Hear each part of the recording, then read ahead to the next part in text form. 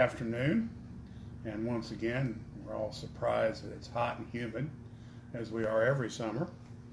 Hopefully you're able to do something to keep cool or recover from the heat. Tonight I want to talk about what we're calling ugly money. Is it unethical if it's legal? Yes. Ugly money is a deep, toxic, multi-layered septic tank of how political candidates get elected. I can go on for hours about ugly money in politics, but my goal tonight is to shed some light on the dark corners of campaign finance. I want to talk a little bit about PACS, SuperPACS, and what is called dark money. And no, it's not just in Washington, D.C. and national politics. It's alive and well right here in South Texas. State representatives make $600 a month, and I think $150 per diem, I'm not sure, while they're in session. So why would candidates in relatively small districts spend $70,000 to $100,000 or more for a part-time job that pays $600 a month? For example, a one-term state rep here in South Texas has spent over $271,000 this year alone. He didn't have a primary opponent. Wow. He's got enough contributions left over to hand over $15,000 to another candidate in this area. Why is this a problem? We'll discuss this very definition of dark money in a few minutes. Let's get to the big money. The political alliance committees, often referred to as political action committees or PACs, were born in the 40s, mainly labor unions, some special interest, mostly focused to re-elect Franklin Roosevelt. They were formed by labor unions and organizations that have a common goal. They can make donations to candidates.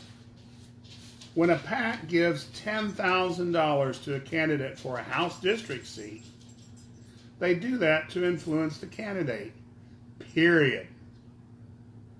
They must register with the Federal Ethics Commission and the Texas Ethics Commission with details on officers, treasurer, and address. You can look up all of your state candidates' finances by going to this web address right here. We'll post it on my Facebook page and my campaign page in a little bit. You can see who is buying your candidate and how much they're paying for your candidate. You can see what individual is giving $6,000 or $7,000 to the candidate, and sometimes you can see what their employment is. Sometimes it just says employment. Now let me talk about the Texas Ethics Commission for a second. They can levy fines, but they have very little power to collect fines. There are politicians in Texas who are in office or actively running that have $57,000 in fines from the Texas Ethics Commission. You can Google Texas Ethics Commissions and fines and find out who those folks are. I suggest you do. Once again, knowledge is power. All right, so SuperPAC. What is a SuperPAC?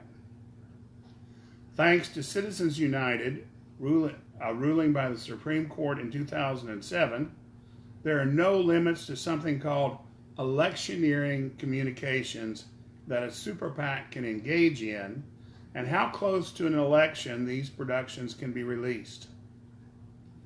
Citizens United is a right-wing organization that brought us the famous Willie Horton ad, if you remember that, Hillary the movie, and the latest, America's Frontline Doctors, starring Dr. Emmanuel, pushing oxychloroquine, and demon seed infertility. SuperPACs can and do take millions from individual donors. In Texas, they can't donate directly to political campaigns, but they have no limits on what they can spend as long as it is not a direct, coordinated contribution. TV and radio commercials are unlimited. Mailers are unlimited, and candidates can claim they're not responsible for what is said in the ugly mailout that you received in the mail. Pretty handy, right?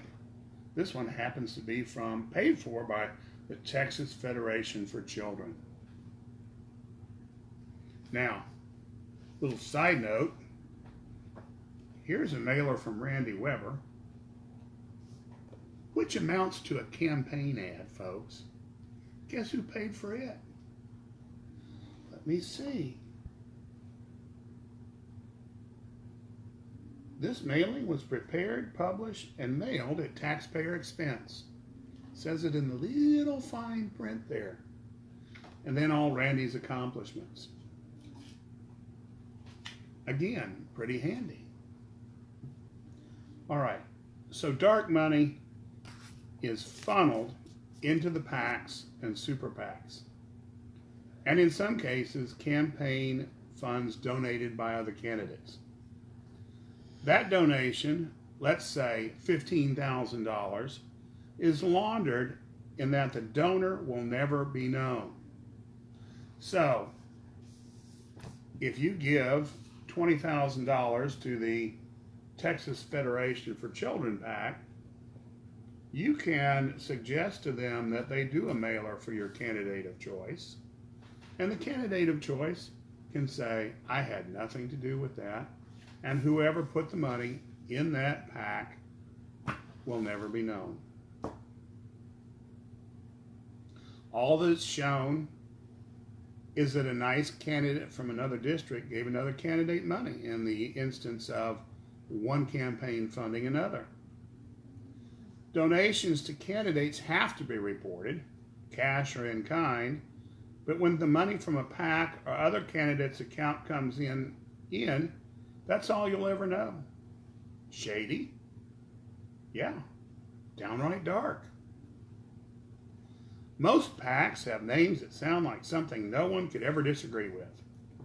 An example is the aforementioned Texas Federation for Children. Who could be against that? Well, when you find out they push to take over taxpayer money from public schools and seek to funnel those taxpayer dollars into private schools, you see a wolf in sheep's clothing. Think about our schools right now. How important are they in getting Texas back to work?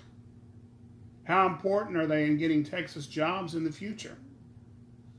When they contribute $5,000 to a local candidate, they're not doing it because he's cute.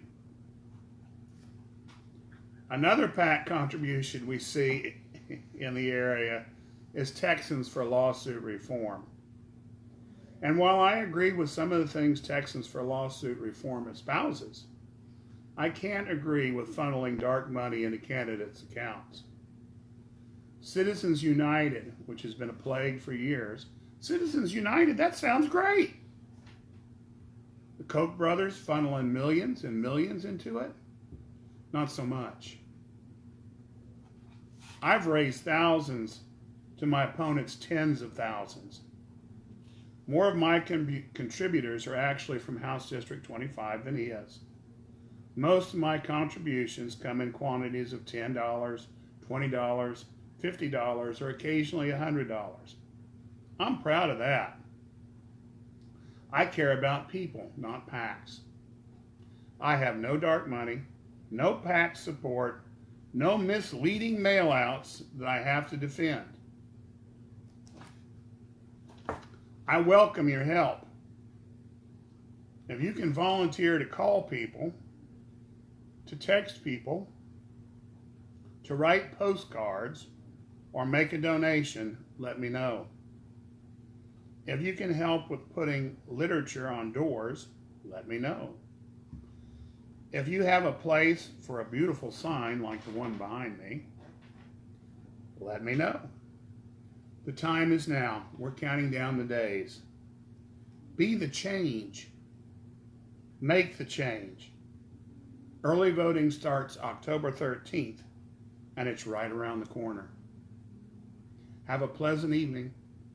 Mask up, stay cool, and get ready to vote.